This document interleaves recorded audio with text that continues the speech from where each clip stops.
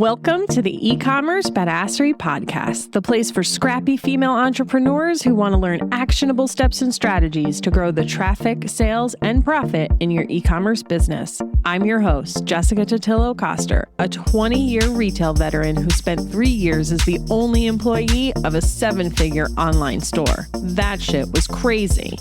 I know exactly how it feels to do all the things, and I'm sharing everything I learned the hard way so you don't have to. I may have started this business by accident, but supporting badass bosses like you lights me the fuck up, and I am so stoked to see you grow. Are you ready, babe? Let's roll. Welcome back to the E-commerce Badassery Podcast. I'm your host, Jessica Totillo-Coster. The other day, I was chatting with a friend about the joys of growing up in a decade without social media and without cell phones. A time when there was no evidence of the dumb shit you did, and it was completely normal to call someone and have them not answer their phone. While I love technology and all it has done for us, it certainly has its downsides. While I have no intention on diving into how technology has probably ruined us as a society, one of the truly greatest features of this phone that wants our attention all the time is the focus button. At least that's what it's called on the iPhone. For my Android friends, hopefully you have something similar. Simply a button you can press on your phone that automatically silences all notifications. Yep, even text messages and phone calls, the phone doesn't even vibrate. Don't worry, you can allow certain people's calls to come through if you want. I've been using this feature for as long as I can remember, but these last few months, or maybe even the last year or so, I have it on 99% of the time.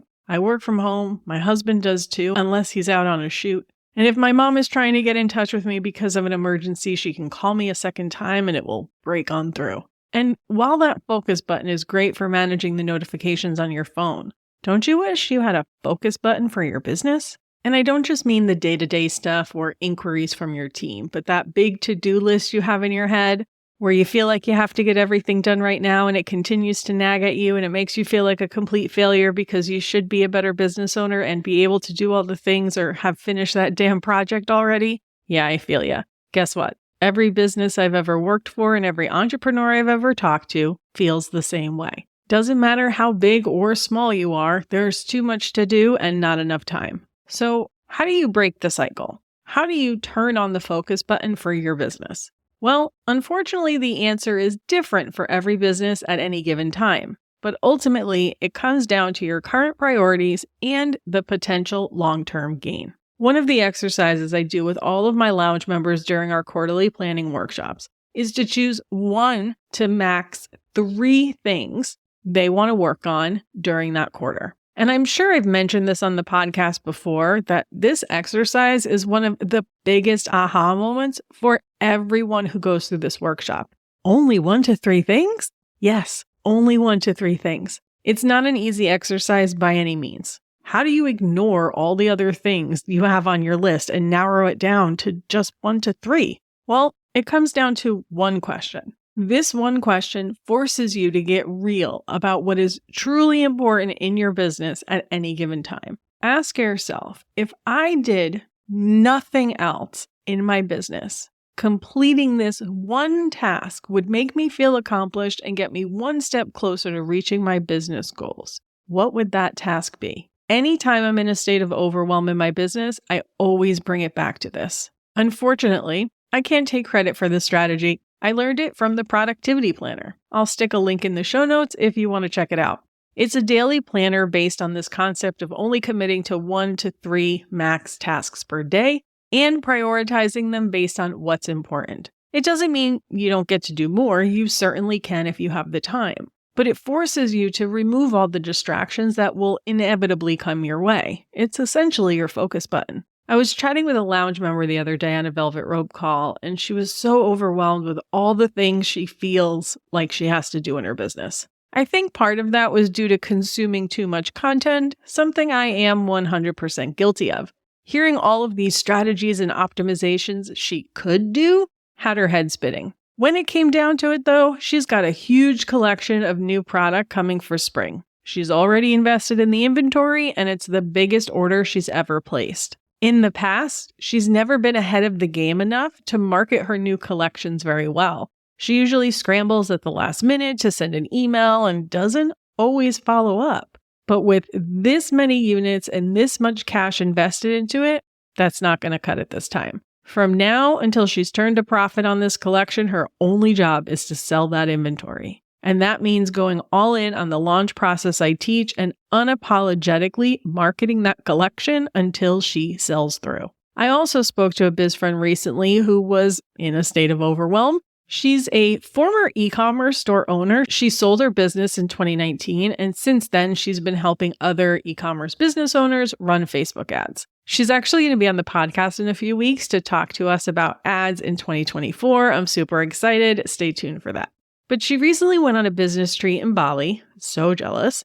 And after really digging in and looking at her business, she realized she was trying to do too many things. She's made huge adjustments in the services she offers in her business. She outsourced some automation work to an OBM, and in just a few days already feels a huge weight lifted off of her shoulders. At the end of the day, no matter what kind of business you have, less is more. And whether it means less right now or less for the foreseeable future, the quickest way to relieve your overwhelm is by turning on the focus button.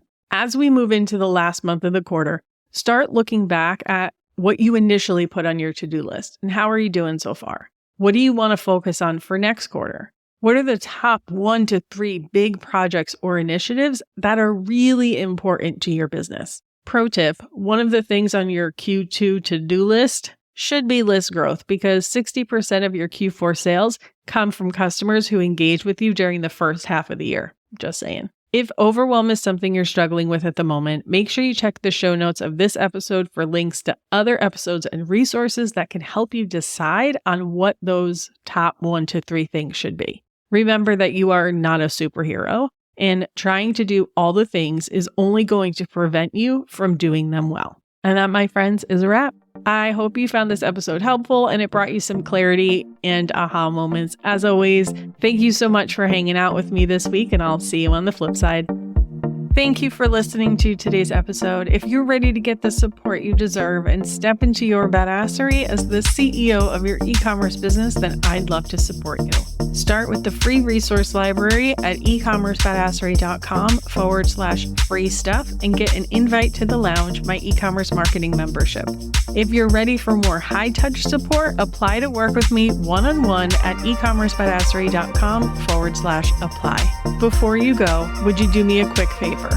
Leave a rating and review wherever you're listening to this podcast so other e-commerce business owners know this is the place to be. And tap that follow button. Following the show means you'll never miss an episode, and it's what pushes me up the charts to get in front of more scrappy entrepreneurs just like you.